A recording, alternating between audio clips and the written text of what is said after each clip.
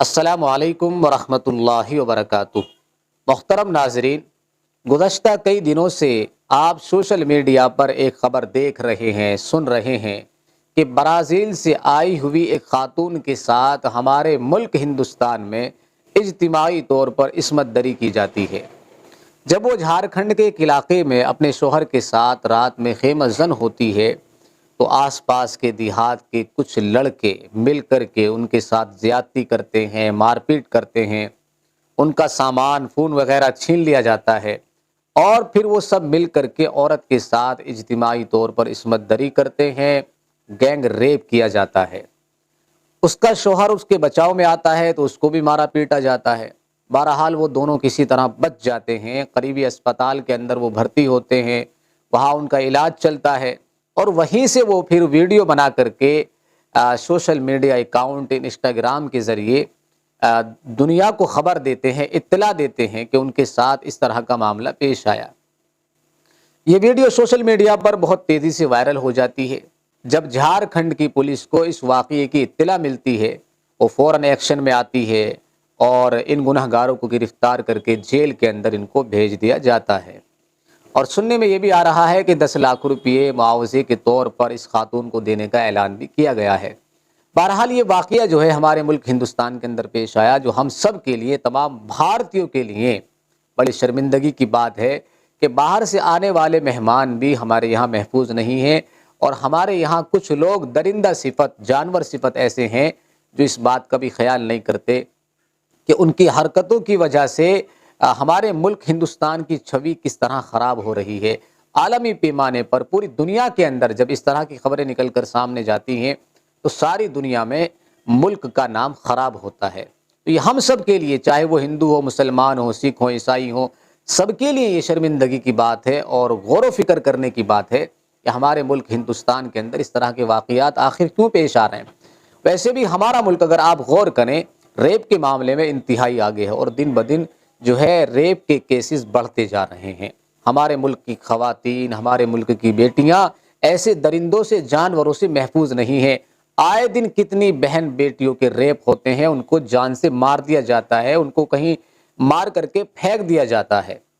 لیکن کہنے والی بات، سوچنے والی بات، غور و فکر کرنے والی بات یہ ہے کہ ایسے دوشیوں کے ساتھ، ان جانوروں کے ساتھ جو معاملہ ہمارے ملک کی پولیس کرتی ہے وہ اپنے آپ میں کسی طرح بھی استحقاقی نہیں ہے، روا نہیں ہے۔ ایک جانور صفت انسان جو معاشرے کے اندر کھلا سانڈ گھوم رہا ہے، جس کو کوئی کام کاج نہیں ہے، جو جواری ہے، سٹے باز ہے، نشیڑی ہے، وہ آدمی کیا، اس کی کوئی عزت نہیں ہے۔ وہ جہاں چاہتا ہے منہ مار لیتا ہے، کسی بھی بہن بیٹی کو اپنا شکار کر لیتا ہے۔ پولیس کیا کرتی ہے اس کے ساتھ؟ اس کو اٹھا کر کے جیل میں ڈال دیتی ہے۔ جیل میں کیا ہوتا ہے، 2-4 ڈنڈے پڑیں گے، 3-4 دن جو ہے ان کو سزا دی جائے گی، اس کے بعد جیل کے اندر آرام سے ان کی زندگی کٹتی ہے، کھانے پینے کو ان کو سامان ملتا رہتا ہے۔ تو جیل کے اندر تو بیٹھے بٹھائے ان کو مل رہا ہے۔ تو جیل کے اندر کی جو سزا ہے نا، وہ ایک طرح سے کہہ لیجئے خاص طور پر ریپسٹ کے لیے کوئی روا نہیں ہے، استحقاقی نہیں ہے۔ ہونا تو یہ چاہیے کہ ایسے جانوروں کے ساتھ، انسانیت کا خون کرنے والوں کے ساتھ، بیٹیوں کی عزتوں سے کھیلنے والوں کے ساتھ ایسی سزا دی جائے اور سرے عام سزا دی جائے کہ دیکھنے والے کی روح کانپ جائے۔ کسی انسان کی پھر دوبارہ اس طرح کی غلطی اور گناہ کرنے کی طرف جو ہے اس کا ذہن بھی نہ جا سکے، وہ سوچ کر ہی کانپ جائے۔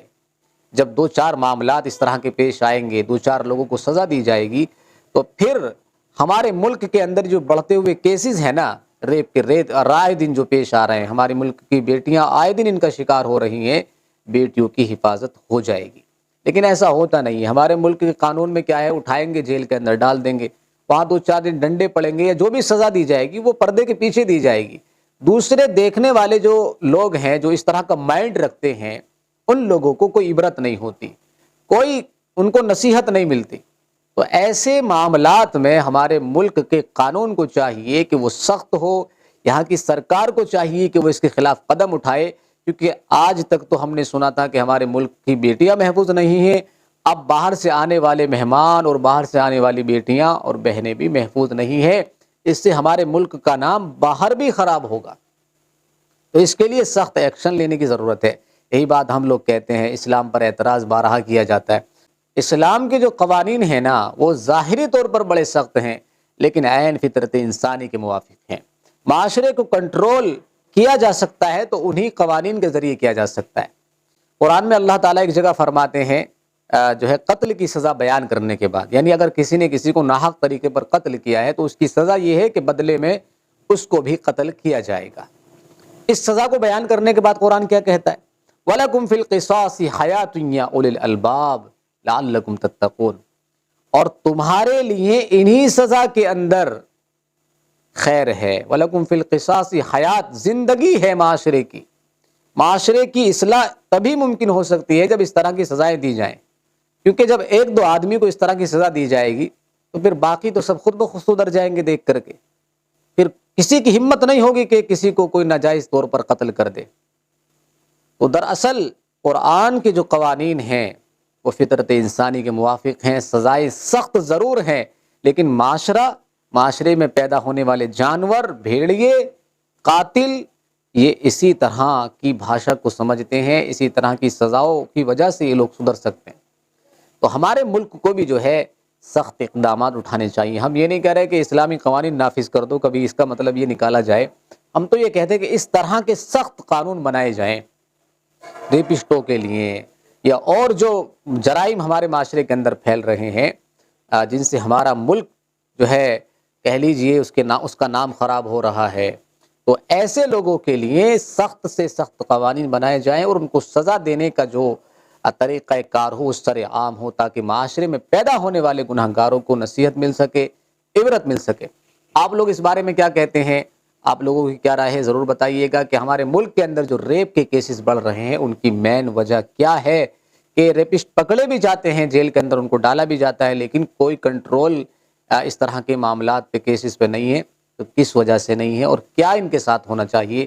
آپ لوگ اپنی رائے ضرور دیجیے گا۔ السلام علیکم ورحمۃ اللہ۔